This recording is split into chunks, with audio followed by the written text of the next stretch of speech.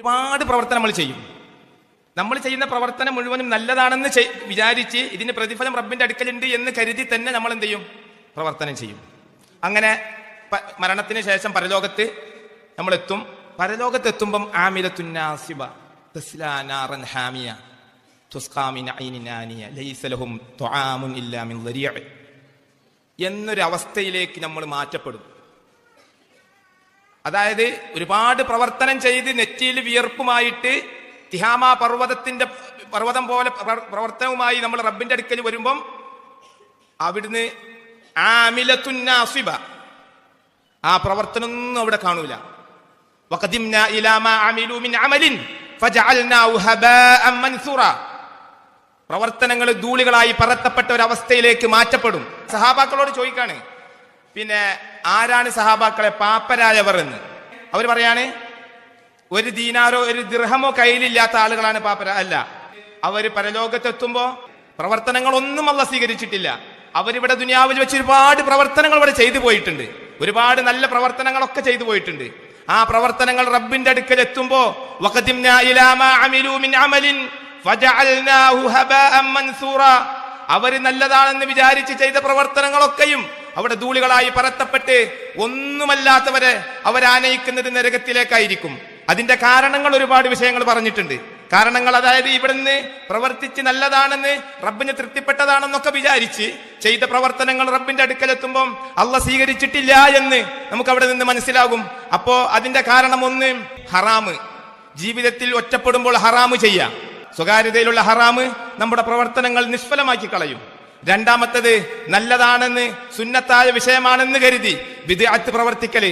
അതായത് അള്ളാന്റെ അടുക്കല് സുബ്ഹാനല്ലാഹ്, ഒരു ഉദാഹരണത്തിന് സുബ്ഹാനല്ലാഹ് എന്ന് പറയുന്നത് രാവിലെ സുബ്ഹാനല്ലാഹി വബിഹംദി രാവിലെ ചെല്ലേണ്ടതാണ്.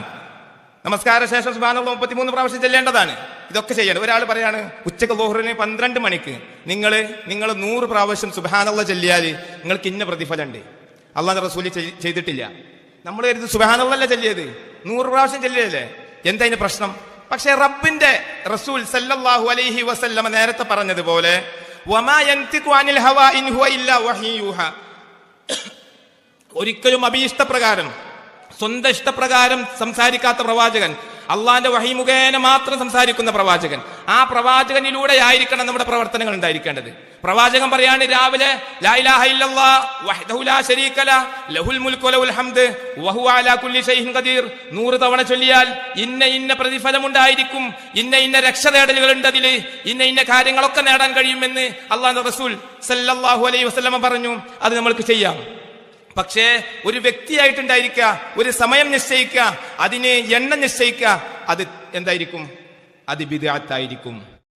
നമ്മൾ ചെയ്യുന്നത് നന്മയാണ്, പക്ഷെ അല്ലാഹുവിന്റെ റസൂൽ പറയണമെന്ത്? അതിന്റെ എണ്ണമോ സമയമോ ഒക്കെ ആര് നിശ്ചയിക്കണം? എന്നാ ഒരാൾ ഇങ്ങനെ എണ്ണമില്ലാത്ത സുബ്ഹാനല്ലാഹ് ചെല്ല, പ്രശ്നമുണ്ടോ? ഇല്ല. അതിന് സമയമോ എണ്ണമോ ഇല്ലാതെ നമുക്ക് എത്രയോ സുബ്ഹാനല്ലാഹ് അൽഹംദുലില്ലാഹ് അല്ലാഹു അക്ബർ ദിക്റുകൾ നമ്മൾക്ക് വർദ്ധിപ്പിക്കാം. ദിക്റുകൾ നമുക്ക് വർദ്ധിപ്പിക്കുന്ന യാതൊരു പ്രയാസമില്ല, ഒരു തിന്മയും അതിലില്ല. പക്ഷെ അതിന് എണ്ണം നിശ്ചയിക്കല് നമുക്ക് പാടില്ലാത്തതാണ്. അതിന്റെ സമയത്ത് നിശ്ചയിക്കല് നമുക്ക് പാടില്ലാത്തതാണ്. അത് എവിടുന്ന കിട്ടേണ്ടത്? അത് അള്ളാന്റെ റസൂൽ സല്ലല്ലാഹു അലൈഹി വസല്ലം പറയണം, ഇന്ന സമയത്ത് ചൊല്ലണം, ഇന്ന ദിക്റ് ചൊല്ലണം, ഇന്ന എണ്ണത്തിലാണ് ചെല്ലേണ്ടത്. അവിടെയാണ് നമ്മൾ സൂക്ഷിക്കേണ്ടത്.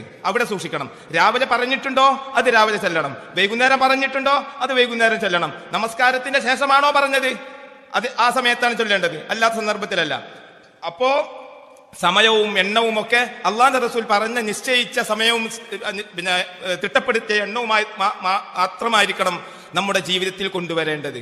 അപ്പോ അങ്ങനെയുള്ള പ്രവർത്തനങ്ങൾ നമ്മൾ സൂക്ഷിച്ചിട്ടില്ല എങ്കിൽ നാളെ റബ്ബിന്റെ അടുക്കൽ ഞാൻ ഒരുപാട് റക്അത്തുകൾ നിസ്കരിച്ചിട്ടുണ്ട്, അല്ലെങ്കിൽ ഇന്ന പ്രവർത്തനങ്ങളൊക്കെ ഞാൻ ചെയ്തിട്ടുണ്ട്, പക്ഷേ എനിക്ക് പിന്നെ റബ്ബിന്റെ അടുക്കൽ ഒരു സ്ഥാനം ഉണ്ടായിരിക്കൂല. നേരെ മറിച്ച് നമ്മൾ ചെയ്ത പ്രവർത്തനങ്ങൾ കൃത്യമാണ്, കുറച്ചേ ഉള്ളൂ. നമ്മൾ നിർബന്ധ നമസ്കാരം മാത്രം നിർവഹിച്ചിട്ടുള്ളൂ, നിർബന്ധ നോമ്പേ നോറ്റിട്ടുള്ളൂ.